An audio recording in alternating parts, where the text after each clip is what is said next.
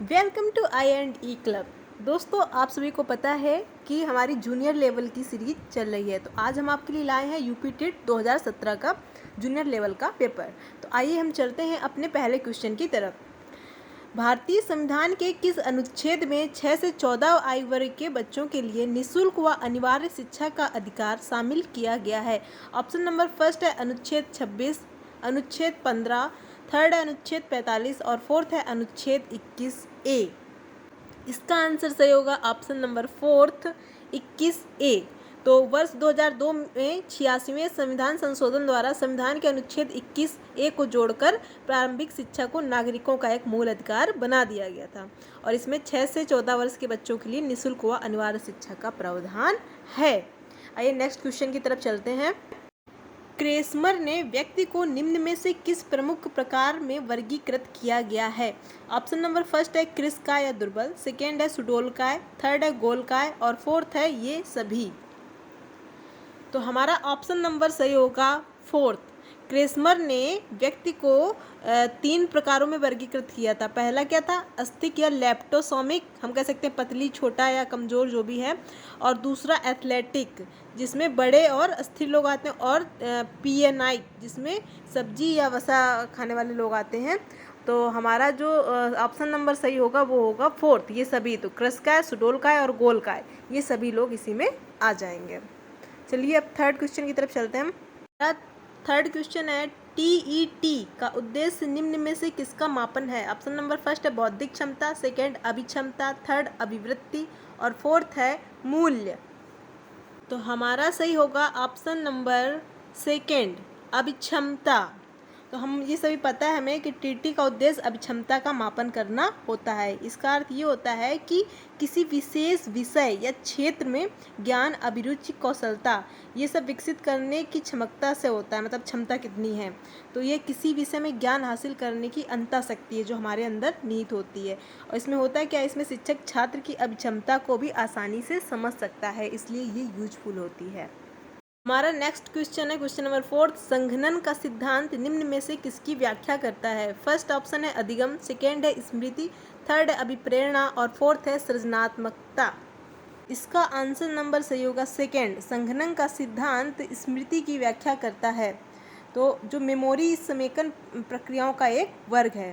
तो इसमें होता क्या है कि प्रारंभिक अधिग्रहण के बाद मेमोरी ट्रेस को स्थिर करता है। तो समेकन को सिनाप्टिक समेकन से भी अलग किया जाता है, जो देर के चरण दीर्घकालिक समाधान का पर्याय बन गया है। तो इसका आंसर नंबर जो सही होगा सेकेंड सही होगा। क्वेश्चन नंबर फिफ्थ है निम्न में से कौन सी शिक्षा मनोविज्ञान की सर्वाधिक व्यक्तिनिष्ठ विधि है? नंबर फर्स्ट है अंतदर्शन, सेकेंड है बहिदर्शन, थर्ड है अवलोकन और फोर्थ है प्रयोगीकरण। इसका आंसर होगा आंसर नंबर फर्स्ट व्यक्तिनिष्ठ विधि अंतर्दर्शन विधि है। तो इस विधि में व्यक्ति की मानसिक क्रियाएं क्या होती हैं? आत्मगत होती हैं और आत्मगत होने के कारण आत्मनिरीक्षण या अंतर्दर्शन विधि अधिक उपयोगी होती है। और लॉक के अनुसार उन्होंने कहा था कि मस्तिष्क द्वारा अपनी स्वयं की क्रियाओं का निरीक्षण अंतर्दर्शन कहलाता है। ऑप्शन से भी स्पष्ट हो रहा होगा कि सर्वाधिक जो व्यक्तिनिष्ठ होती है वो अंतर्दर्शन ही विधि है। सेकेंड नेक्स्ट क्वेश्चन हमारा एल्बर्ट बंडूरा निम्न में से किससे संबंधित है? नंबर फर्स्ट है सामाजिक अधिगम सिद्धांत, सेकेंड है व्यवहारवादी सिद्धांत, थर्ड है संज्ञानात्मक विकास का सिद्धांत और फोर्थ है मनोलैंगिक विकास। इसका आंसर से होगा ऑप्शन नंबर फर्स्ट सामाजिक अधिगम सिद्धांत। तो एल्बर्ट बंडूरा एक प्रभावशाली सामाजिक संज्ञानात्मक मनोवैज्ञानिक हैं। इन्होंने क्या किया है, सामाजिक शिक्षा सिद्धांत, आत्म प्रभावकारिता और इनके एक प्रसिद्ध बेबोडाल प्रयोगों की अवधारणा के लिए ये सबसे ज़्यादा प्रसिद्ध हैं। और इनका सामाजिक शिक्षा सिद्धांत अवलोकन, अनुकरण और मॉडलिंग के महत्व पर बल देता है। इम्पोर्टेंट क्वेश्चन है, इससे भी हर साल क्वेश्चन ज़रूर आता है। प्लीज़ चैनल को सब्सक्राइब करना ना भूलें और बेल आइकन बटन दबाना ना भूलें। चलिए अपने नेक्स्ट क्वेश्चन की तरफ चलते हैं। क्वेश्चन नंबर 7 अधिगम वक्र में पठार बनता है। ऑप्शन नंबर फर्स्ट है परिपक्वता के कारण, सेकेंड है अभिप्रेरणा के कारण, थर्ड ऑप्शन है थकान के कारण, फोर्थ ऑप्शन है अभिरुचि के कारण। इससे संबंधित एक क्वेश्चन पिछली सीरीज में भी हमने कराया था। तो इसका जो आंसर सही होगा ऑप्शन नंबर 3 सही होगा, थकान के कारण। होता क्या है कि जब अधिगम करते समय एक ऐसी स्थिति आ जाती है कि हमारे सीखने की क्रिया में जो उन्नति है, जो प्रोग्रेस है, वो बिल्कुल रुक जाती है। तो ऐसी स्थिति को हम अधिगम मतलब सीखने में क्या कहते हैं, पठार मतलब रुकावट कहते हैं। रॉस ने भी कहा था कि अधिगम की प्रक्रिया की एक प्रमुख विशेषता क्या है, पठार है। इससे उस व्यक्ति को व्यक्त करते हैं जब सीखने की क्रिया में कोई उन्नति नहीं होती है। तो ऑप्शन नंबर 3 सही होगा, थकान। नेक्स्ट क्वेश्चन है क्वेश्चन नंबर 8, दर्पण चित्त परीक्षण किसको मापने हेतु प्रयुक्त होता है। फर्स्ट ऑप्शन है अधिगम की गति, सेकंड है अधिगम अंतरण, थर्ड है सृजनात्मकता और फोर्थ है अभिरुचि। इसका आंसर नंबर सही है सेकंड, अधिगम अंतरण। तो दर्पण चित्त परीक्षण को एक मनोवैज्ञानिक तकनीक के रूप में प्रयोग किया जाता है। इसमें क्या होता है कि इस परीक्षण का उपयोग हम अधिगम अंतरण, समन्वय तथा तंत्रिका मनोविज्ञान क्षति आदि में करते हैं। नेक्स्ट क्वेश्चन है question number 9, cloud picture test निम्न में से किसके मापन में प्रयुक्त होता है। ऑप्शन नंबर फर्स्ट है बुद्धि, सेकंड व्यक्तित्व, थर्ड है अभिक्षमता और फोर्थ है अभिरुचि। इसका ऑप्शन सही है ऑप्शन नंबर सेकंड, किसके व्यक्तित्व के मापन में प्रयोग किया जाता है। तो क्लाउड पिक्चर टेस्ट व्यक्तित्व के मापन में प्रयोग किया जाता है। इसमें होता क्या है, तनाव प्रदर्शन परीक्षण, कार्यात्मक परीक्षण आदि के मापन के आधार पर व्यक्तित्व परीक्षण किया जाता है। नेक्स्ट क्वेश्चन है हमारा क्वेश्चन नंबर 10, निम्न में से कौन सा शेष से भिन्न है। फर्स्ट है TAT परीक्षण, सेकेंड है 16 PF और थर्ड है रेवन का परीक्षण और फोर्थ है ड्रा ए मैन परीक्षण। इसका आंसर सही होगा ऑप्शन नंबर 3 रेवन का परीक्षण। ये जो है ये अन्य 3 से भिन्न है। इसका क्यों भिन्न है, क्योंकि इसका संबंध शिक्षण में भर्बल व नॉन भर्बल अधिम्यूट को मापने के लिए किया जाता है, जबकि अन्य तीनों का संबंध जो है वो मनोवैज्ञानिक परीक्षण से है।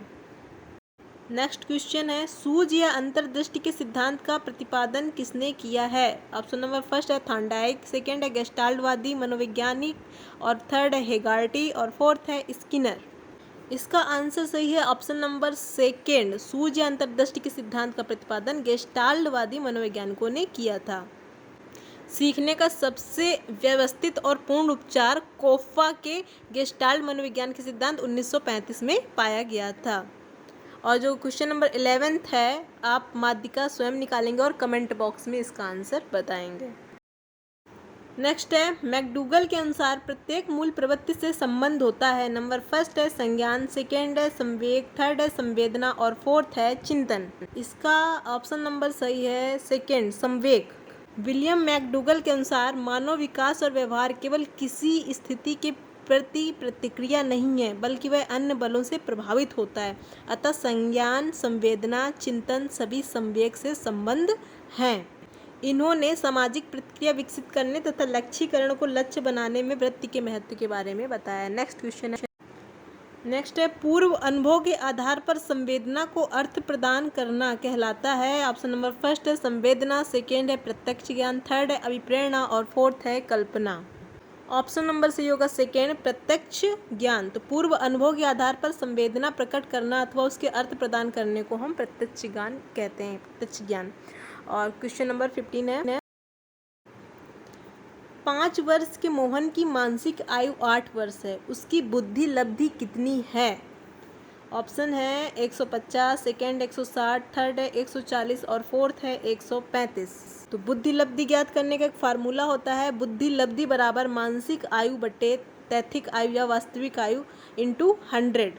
तो बुद्धि लब्धि बराबर क्या होगा, मानसिक आयु कितनी है 8 वर्ष बटे और वास्तविक आयु कितनी है 5 वर्ष इंटू 100। तो इसका जब मल्टीप्लाई करते हैं तो आता है 160। तो इसका ऑप्शन नंबर कौन सा सही होगा, सेकेंड। तो बुद्धि लब्धि कितनी होगी 160। नेक्स्ट क्वेश्चन है क्वेश्चन नंबर 16 है, कौन सा बुद्धि लब्धि स्तर मंद बुद्धि वाले बच्चों का प्रशिक्षण योग्य बुद्धि लब्धि स्तर कहलाता है। ऑप्शन नंबर फर्स्ट है 70 से 79, सेकेंड है 50 से 69 और थर्ड है 36 से 49, फोर्थ है 35 एवं निम्न। तो हम फिर से कह देते हैं, फर्स्ट है 70 to 79, सेकेंड है 50 to 69, थर्ड है 36 to 49 एंड फोर्थ है 35 या इससे भी ज़्यादा लो या बिलो। इसका आंसर से होगा ऑप्शन नंबर 4 35 एवं 20 तक की IQ बुद्धि लब्धि वाले बालकों को प्रशिक्षण योग्य बुद्धि लब्धि स्तर कहा जाता है। ट्रेनेबल चाइल्ड या न्यूरोलॉजिकल शर्त की ज़रूरत होती है, जिसमें होता क्या है, बुनियादी कौशल और पर्यवेक्षण के साथ सिखाया जाता है। तो ऑप्शन नेक्स्ट क्वेश्चन है, रॉसार्क इंक ब्लड टेस्ट का प्रयोग निम्न में से किसके मापन हेतु किया जाता है? या तो हिंदी में हम कह सकते हैं रोसा स्याही धब्बा परीक्षण। ऑप्शन नंबर फर्स्ट है व्यक्तित्व, सेकंड है बुद्धि, थर्ड है अभिरुचि और फोर्थ है अभिक्षमता। Very very important question. तो इसका आंसर से होगा ऑप्शन नंबर फर्स्ट। तो रोसा स्याही धब्बा परीक्षण जो है, तो यह एक ऐसा मनोवैज्ञानिक परीक्षण है जिसमें किसी व्यक्ति के व्यक्तित्व विशेषताओं और भावनात्मक कार्यविधि की जांच की जाती है। तो किसके लिए आएगा? व्यक्तित्व परीक्षण के लिए। तो इसका जो नाम है वो मनोवैज्ञानिक जो थे रोसार्क, उन्हीं के नाम पर रखा गया है। तो नेक्स्ट क्वेश्चन पे चलते हैं हम। निम्न में से कौन सा विस्मृति का कारण नहीं है? फर्स्ट है सीखने में कमी, सेकंड है स्मरण करने की इच्छा, थर्ड है मानसिक द्वंद्व और फोर्थ है सीखने की दोषपूर्ण विधियाँ। इसका आंसर सही होगा ऑप्शन नंबर सेकंड, स्मरण करने की इच्छा। तो स्मरण या याद करने की इच्छा इस विस्मृति या भूल का कारण नहीं है और बाकी सभी इसको प्रभावित करते हैं, जैसे सीखने में कमी, मानसिक द्वंद्व, सीखने की दोषपूर्ण बुद्धि और समय की कमी, कमजोर स्वास्थ्य, दोषपूर्ण मानसिक स्थिति, आराम, नींद, ये सभी क्या करते हैं? ये सब अफेक्टेड करते हैं किसको? विस्मृति को, मतलब भूल जाते हैं लोग अगर ये सब सही नहीं है तो। नेक्स्ट क्वेश्चन है, वह विज्ञान जो संख्यानात्मक प्रदत्त को एकत्र करने, विभाजित करने, प्रस्तुत करने, तुलना करने और व्याख्या करने की विधि से संबंधित है, क्या कहलाता है? ऑप्शन नंबर फर्स्ट है सांख्यिकी, सेकेंड है गणित, थर्ड है ज्यामिति और फोर्थ है संभाव्यता। तो इसका जो ऑप्शन सही होगा ऑप्शन नंबर फर्स्ट सही होगा, सांख्यिकी। तो सांख्यिकी में ही हम डाटा कलेक्ट करते हैं। तो वह विज्ञान सांख्यिकी है जो संख्यानात्मक आंकड़े का संग्रह करने, विभाजित करने, प्रस्तुत करने, तुलना करने और व्याख्या करने की विधि से संबंध रखता है। तो इसमें सर्वेक्षणों को भी शामिल किया गया है। हमारा नेक्स्ट क्वेश्चन है, पिछड़े बच्चों के लिए शैक्षिक लब्धि की अवधारणा किसने दी है? ऑप्शन नंबर फर्स्ट है गार्डन, सेकंड सोनेल, थर्ड है बर्टनहाल और फोर्थ है सिरिल बर्ट। उनकी फेमस डिफिनीशन याद होगी। सिरिल बर्ट ने पिछड़े बच्चों के लिए शैक्षिक लब्धि की अवधारणा दी थी। इन्होंने पिछड़े बच्चों के लिए शैक्षिक लब्धि को सांख्यिकी रूप में निर्धारित किया था। तो ऑप्शन नंबर जो सही होगा वो होगा fourth, Cyril Burt. Next question है 21, निम्न में से कौन सा एक उत्तम परीक्षण की विशेषताओं से भिन्न है? नंबर फर्स्ट है विश्वसनीयता, थर्ड है वैधता, सेकंड है वैधता, थर्ड है वस्तुनिष्ठता और फोर्थ है अभिक्षमता। तो इसका जो आंसर सही होगा वो आंसर नंबर फोर्थ सही होगा, अभिक्षमता। क्यों? क्योंकि किसी भी परीक्षण में विश्वसनीयता, वैधता, वस्तुनिष्ठता, इन सब पर ध्यान दिया जाता है। रिलायबिलिटी, वैलिडिटी और ऑब्जेक्टिविटी। तो अभिक्षमता एक जबकि ज्ञान कौशल है। नेक्स्ट क्वेश्चन है, निम्न में से कौन सा बुद्धि का सिद्धांत नहीं है? फर्स्ट है एक तत्व सिद्धांत, दूसरा है द्वितत्व सिद्धांत, थर्ड है प्रत्यागमन का सिद्धांत और फोर्थ है बहुतत्व का सिद्धांत। इसका आंसर सही होगा ऑप्शन नंबर थर्ड, प्रत्यागमन का सिद्धांत जो है वो बुद्धि के सिद्धांत से संबंध नहीं है। बुद्धि के सिद्धांत में कौन कौन है? एक विनय का है एक तत्व कारक सिद्धांत, द्वितत्व कारक सिद्धांत और त्रिकारक बुद्धि सिद्धांत, थांडाइक का है बहुकारक सिद्धांत, थर्स्टन का है थर्स्ट का है समूह कारक बुद्धि सिद्धांत। नेक्स्ट क्वेश्चन है, निम्न में से कौन सी एक अंतःस्रावी ग्रंथि नहीं है? फर्स्ट है एड्रिनल ग्रंथि, सेकेंड है पीयूष ग्रंथि, थर्ड है लार ग्रंथि और फोर्थ है थायराइड ग्रंथि। इसका आंसर से होगा ऑप्शन नंबर थर्ड, लार ग्रंथि। तो ये अंतःस्रावी ग्रंथि नहीं है। क्यों? क्योंकि ये एक्सोक्राइन ग्रंथियों नलिकाओं के साथ जुड़ी हुई ग्रंथि है और ये लार पैदा करती है और ये कई घटकों से मिलकर बनती है। इसमें एमाइलेज एक पाचक एंजाइम होता है और जो स्टार्च को माल्थेस और ग्लूकोज में विभाजित करता है, जबकि बाकी तीनों कैसी हैं? अंतःस्रावी ग्रंथियां हैं। नेक्स्ट है, पियाजे के अनुसार संज्ञानात्मक विकास की द्वितीय अवस्था है। फर्स्ट है ज्ञानेंद्रिय अवस्था, सेकेंड है औपचारिक संक्रिया की अवस्था, थर्ड है पूर्व संक्रिया की अवस्था और फोर्थ है मूर्त संक्रिया की अवस्था। ऑप्शन नंबर सही होगा थर्ड, पूर्व संक्रिया की अवस्था। तो पियाजे द्वारा प्रतिपादित संज्ञानात्मक विकास की अवस्थाओं में द्वितीय अवस्था पूर्व संक्रियात्मक की अवस्था होती है, जो कि 2 से 7 वर्ष के बीच की आयु में देखी जाती है। इसमें प्रतीकात्मक विचार विकसित होते हैं। इसमें बच्चा वस्तु के विभिन्न भौतिक गुणों को समन्वित नहीं कर पाता है। नेक्स्ट क्वेश्चन है, शारीरिक विकास को प्रभावित करने वाला कारक कौन सा है? फर्स्ट है वंशानुक्रम, सेकंड है वातावरण, थर्ड है खेल तथा व्यायाम और फोर्थ है ये सभी। का जो आंसर होगा ऑप्शन नंबर फोर्थ होगा सभी। तो बच्चों के शारीरिक विकास को प्रभावित करने के लिए वंशानुक्रम, वातावरण, खेल, व्यायाम ये सभी शामिल होते हैं। इससे बच्चे का शारीरिक और मानसिक विकास होता है। नेक्स्ट क्वेश्चन की तरफ चलते हैं हम। 26 है, बुद्धि लब्धि की गणना का सही सूत्र निम्न में से कौन सा? ऑप्शन नंबर फर्स्ट है मानसिक आयु बटे वास्तविक आयु इंटू 100, सेकेंड है वास्तविक आयु बटे मानसिक आयु, थर्ड है वास्तविक आयु बटे मानसिक आयु इंटू 100 और फोर्थ है मानसिक आयु अपान वास्तविक आयु इंटू 100। तो अभी आपको हमने बताया था कि क्या होता है, ऑप्शन नंबर फर्स्ट से होगा मानसिक आयु बटे वास्तविक आयु इंटू 100। नेक्स्ट क्वेश्चन है हमारा, चिंतनशील सोच की चर्चा इनमें से किसने की है? फर्स्ट है डीवी, सेकंड है रॉस, थर्ड है वुडवर्थ और फोर्थ है ड्रेवर। इसका आंसर सही option number first Dewey, John Dewey. तो चिंतनशील सोच का विचार 1910 में जॉन डीवी ने दिया था। डीवी ने इसे सबसे बुनियादी बताया था कि उनकी सबसे बुनियादी धारणा यह थी कि नेक्स्ट है, आगमनात्मक तर्क के स्तरों से कौन सा शामिल नहीं है स्तरों में? फर्स्ट है अवलोकन, सेकेंड है प्रयोग, थर्ड है सामान्यीकरण और फोर्थ है कल्पना। इसका आंसर सी होगा ऑप्शन नंबर फोर्थ, आगमनात्मक तर्क के स्तरों में कल्पना को शामिल नहीं किया जाता है। इसमें अवलोकन, चिंतन और चिंतन के विभिन्न रूपों और प्रकारों को शामिल किया जाता है। तो यह लक्ष्य उन्मुखी सोच की ओर बढ़ने को प्रेरित करता है, मतलब जो कि लक्ष्य की ओर सेंट्राइज हो, उन्मुख हो, मतलब अथवा उस स्तर की सोच को इंगित करता है।